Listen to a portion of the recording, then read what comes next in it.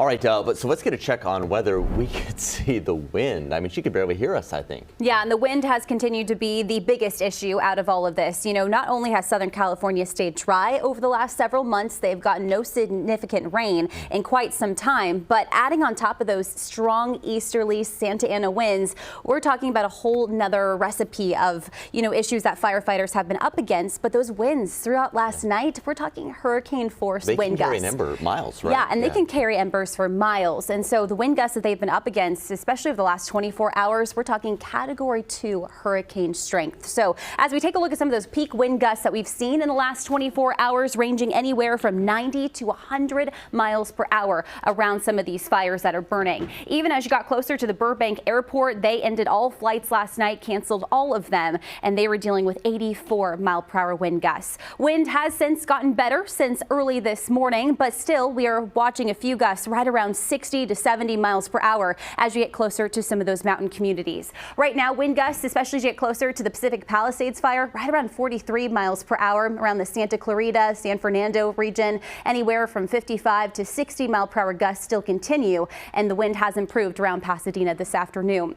As we look at just how dry conditions are, not only are they dealing with dry fuels at the surface, but the air is extremely dry too. The Santa Ana winds are pulling in dry desert air from the east, and as they continue to move over some of those mountains and canyons, it just dries out so quickly. Humidity levels have been ranging in the single digits to teens at times, and not only for those people that are dealing with the fires, live in close proximity to them, they're also dealing with the smoke out there as well. Now, the smoke will continue to be an issue, air quality also an issue, as it's going to be moving further south through the rest of this evening into early tomorrow, becoming a lot more widespread by the time we head into early Thursday morning.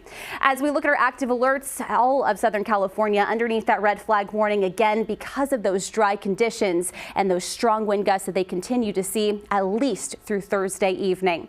As we time out the wind through the rest of this afternoon and evening, we will see some more improvements, especially as we get closer to this evening, with wind gusts right around 20 to 40 miles per hour. That'll improve as we head into the overnight hours into early Thursday before we do have the return of more wind through tomorrow afternoon. It's not going to be as strong as what we've seen over the past 24 hours, but still an issue for those firefighters on the front lines. As we look at the larger scale picture, it's really our synoptic weather pattern that's causing all of this wind. We felt it across Northern California. This ridge of high pressure off towards our west and the area of low pressure off towards the east. As the two have gotten closer to each other, it's tightened the pressure gradient, really enhancing our north and easterly winds across the entire state, with more wind on the way as we look ahead to the weekend. Out there today, a little bit closer to home, better wind speeds for us. We're dealing with some lighter breezes out there this afternoon, ranging anywhere from 10 to 15 miles per hour. Temperatures quite comfortable too, with many of us already back into the 50s and lower 60s.